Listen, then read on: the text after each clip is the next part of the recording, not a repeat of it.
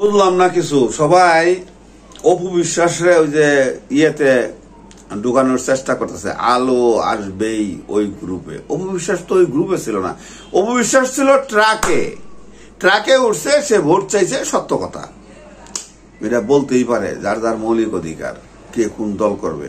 ওই যে যুবলীগের সেক্রেটারি, কয়েকজন সভাপতি, ওরা রিজাইন দিছে না ছাত্র আন্দোলনের সময়, ভিডিও ক্লিপ আছে না, তো তারা তো সক্রিয় রাজনীতিবিদ ছিল।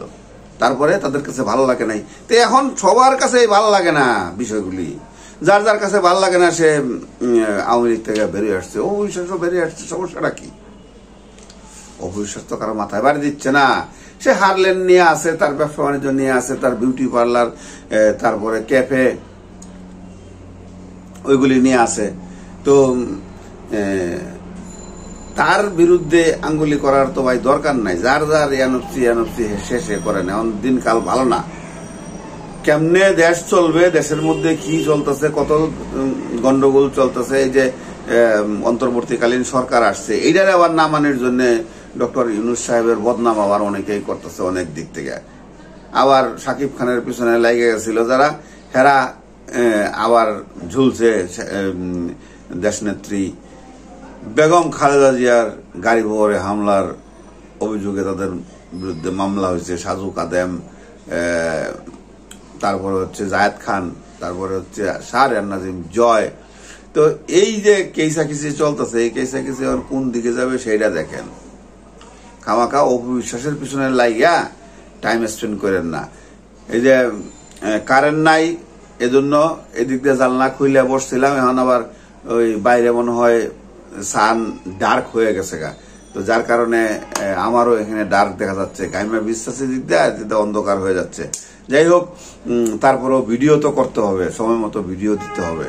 আপনারা যারা অপু বিশ্বাসের ভক্ত আছেন তারা ভিডিওটা বেশি বেশি করে শেয়ার করে দিবেন, যাতে সবাই আমার এই কথাগুলি শুনতে পায়। আমি কারো বিপক্ষে কথা বলি না, যখন যেটা পাই। যেমন অপু বিশ্বাস একটা বিশাল বড় উপকার করছিল কার, ফারজানা মুন্নির। ওই যে বুবলি যখন রাত্রে ধরা খাইল, ওই তখন অপু বিশ্বাসের কাছ থেকে কিন্তু সাকিব খানের নাম্বার ফারজানা মুন্নি নিচে নিয়ে ওই যে দরদের শুটিং এর সময় ওইখানে সাকিব খানরে কল করছে এবং বিভিন্ন কথাগুলি বলছে। তারপরে সাকিব খান এসে আবার ওই যে সাংবাদিকদের সামনে অডিও ক্লিপ ফাঁস করে দিল না। তো আসলে ঘটনা যেগুলি ঘটে সেইগুলি আমি বলি। অনেকেই অনেক কথা বলেন কমেন্টসে, এটা আপনাদের অভিরুচি, আপনারা বলতেই পারেন, আপনাদের বলার অধিকার আছে। আপনাদের মত প্রকাশ আপনাদের মৌলিক অধিকার, বলবেন না কেন? অবশ্যই বলবেন। চুপ থাকবেন কেন? আমি বললে আপনারা চুপ থাকবেন না? চুপ থাকার দরকার নাই। আপনাদের মতামত আপনারা জানাইবেন, ভালো না লাগলে অবশ্যই বলবেন। তো আমার মতে অপু বিশ্বাস কোনো খারাপ কাজ করে নাই। আরো যারা আওয়ামী লীগের আছে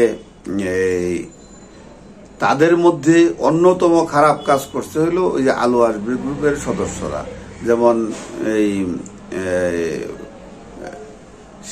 শিল্পকলার একাডেমির লিয়াকত আলী লাকি, তারপরে ওই আরেকজন পরে মহিলা আসছিল, তার নামটা জানি কি, বইয়া গেলাম। তারপরে আপনার অরুণা বিশ্বাস, এই পূর্ণিমা, শমী কায়সার, সুবর্ণা মুস্তফা, সাজু খাদেম, আজিজুল হাকিম, ফজলুর রহমান বাবু ভাই, তারপরে এ ধরনের আরো অনেকেই আছে। মানে 260 জনের গ্রুপ এটা। তো সেখানে তো অপু বিশ্বাস নাই ভাই। তো অপু বিশ্বাসের পিছনে আপনারা লাগেন না প্লিজ। ভালো থাকবেন, সুস্থ থাকবেন। আসসালাম।